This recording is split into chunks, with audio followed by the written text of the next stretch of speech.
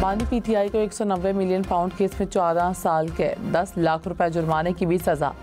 एहतसाब अदालत इस्लामाबाद ने महफूज फैसला सुना दिया। बुशरा बीबी को 7 साल कैद और 5 लाख रुपए जुर्माने की सजा सुना दी गई। अदालत का अलकादिर यूनिवर्सिटी को सरकारी तहवील में लेने का हुक्म। जेल अमले ने बुशरा बीबी को तहवील में ले लिया। जुर्मानों की अदम अदायगी पर मजीद कैद भुगतना होगी। बुशरा बीबी को तिब्बी मुआयने के बाद सेल मुंतकिल कर दिया गया। तहरीक इंसाफ का बानी पीटीआई की सजा का फैसला चैलेंज करने का ऐलान। चेयरमैन पीटीआई बैरिस्टर गौहर ने कहा कि बानी पीटीआई के खिलाफ सियासी केसेस बनाए गए, ये सजा भी दूसरी सजाओं की तरह खत्म होगी। बानी पीटीआई ने कहा है कि मुज़ाकरात जारी रहेंगे। 7 रोज़ में पेशरफ्त ना हुई तो मजीद मुज़ाकरात नहीं होंगे।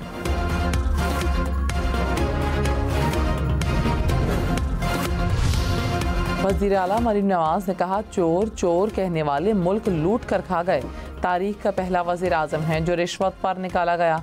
अलकादिर यूनिवर्सिटी मेरे पास आ गई, वहाँ दुनिया के साथ मज़हब की तालीम दी जाएगी। चाहती हूँ बच्चों को कीलों वाले डंडे नहीं लैपटॉप दूँ। जिनको पेट्रोल बॉम्ब चलाना सिखाया आज वो जेलों में पड़े हैं, उन्हें कोई भी पूछने वाला नहीं। समझ नहीं आता कि नौजवानों को वरगलाने वाला सुकून की नींद कैसे सो सकता है। मुल्क को नफरत, इंतशार और फसाद नहीं चाहिए। इंतशार ख़त्म हो तो मुल्क तरक्की करता है। वज़ीर आला खैबर पख्तूनख्वा की अडयाला जेल में बानी पीटीआई से मुलाकात। 190 मिलियन पाउंड केस में सजा के बाद अली अमीन गंडापुर मिले। ज़राए के मुताबिक अली अमीन और बानी पीटीआई की 1.5 घंटे से ज़ायद मुलाकात हुई।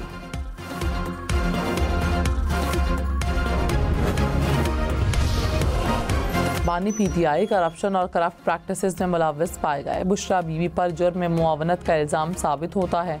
एहतसाब अदालत ने 190 मिलियन पाउंड रेफरेंस का तहरीरी फैसला जारी कर दिया।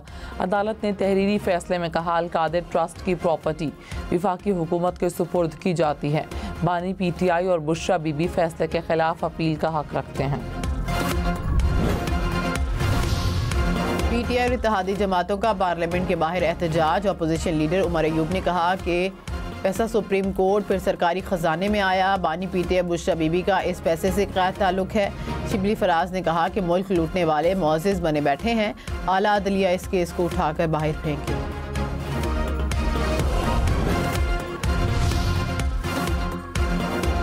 वज़ीर दिफा ख्वाजा आसिफ ने कहा, बानी पीटीआई ने वारदात की काबीना से इजाज़त ली।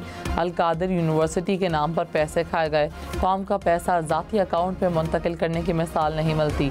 चोरी के माल पर उनकी आपस में भी लड़ाई हुई। मुआशी गाड़ी खाई में गिर रही थी। वज़ीर आज़म शहबाज शरीफ वापस तरक्की की सड़क पर ले आए। बलोचिस्तान हाई कोर्ट में 3, इस्लामाबाद हाई कोर्ट में 2 जजेस तैनात करने की मंजूरी। आजम खान और इनाम अमीन मिन्हास इस्लामाबाद हाई कोर्ट के लिए नामजद। मोहम्मद आसिफ, मोहम्मद अयूब खान और Najmuddin mingle Balochistan high court के एडिशनल जजेस होंगे।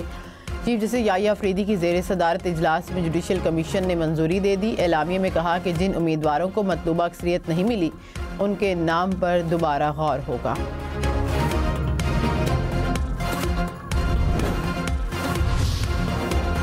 मोटरवे पर धुंध का राज। पिंडी भटिया मुल्तान मोटरवे अब्दुल हकीम से ट्रैफिक के लिए बंद।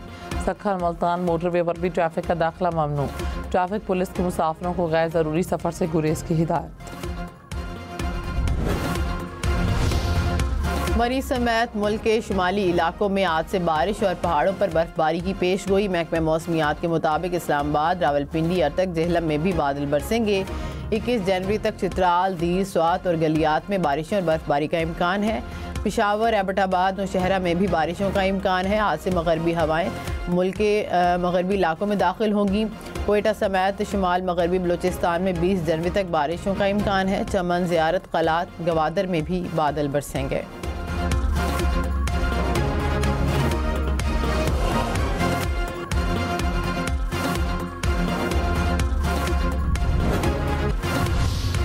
बिलावल भुट्टो ने कहा कि ताकत बंदूक की गोली में नहीं बल्कि अपनी सकाफत और सियासत में है। सियासत से भी ज़्यादा ताकत सकाफत में है। अपनी सकाफत दुनिया को दिखा कर ही आगे बढ़ सकते हैं।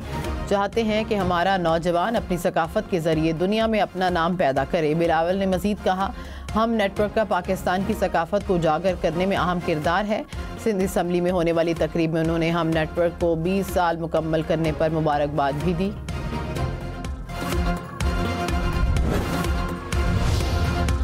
फरियाल तालपुर ने कहा, मुल्क की तरक्की के लिए सबको मिलकर काम करना है। ख़वातीन की फलाह बहबूद के लिए काम करते रहेंगे। हम नेटवर्क को 20 साल मुकम्मल होने पर मुबारकबाद देते हैं। सिंध असम्बली में तकरीब से खिताब में स्पीकर अवैस कादर शाह ने कहा, पीपल्स पार्टी मुश्किल वक्त में आवाम के साथ खड़ी रहेगी। बिलावल भुट्टो बेनज़ीर के विजन को लेकर आगे चल रहे हैं।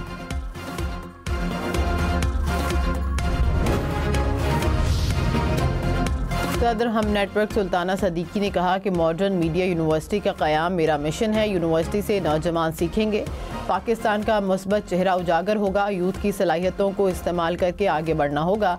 सिंध असम्बली में तकरीब से खिताब में CEO हम नेटवर्क दुरेद कुरैशी ने कहा कि सिंध हुकूमत का पब्लिक प्राइवेट पार्टनरशिप का तरीका अच्छा इक़दाम है।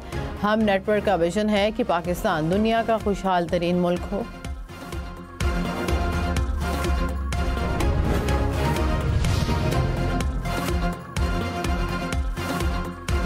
वज़ीर-ए-आज़म शहबाज शरीफ का करंट अकाउंट का तवाज़ुन मुसलसल तीसरे माह सरप्लस रहने का खैर मकदम।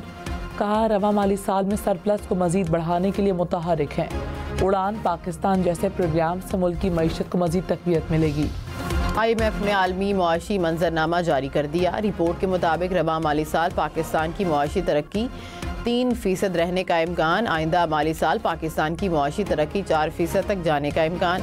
रवा माली साल चीन की 4.6 और अमरीका की मुआशी तरक्की 2.7% हो सकती है। बरतानिया की मुआशी तरक्की 1.6% रहने का इम्कान। वज़ीर-ए-आज़म मोहम्मद शहबाज शरीफ की ज़ेर सदारत पाकिस्तान को ट्रांजिट ट्रेड का मरकज़ बनाने और कार्गो की ट्रैकिंग के हवाले से जायज़ा इजलास।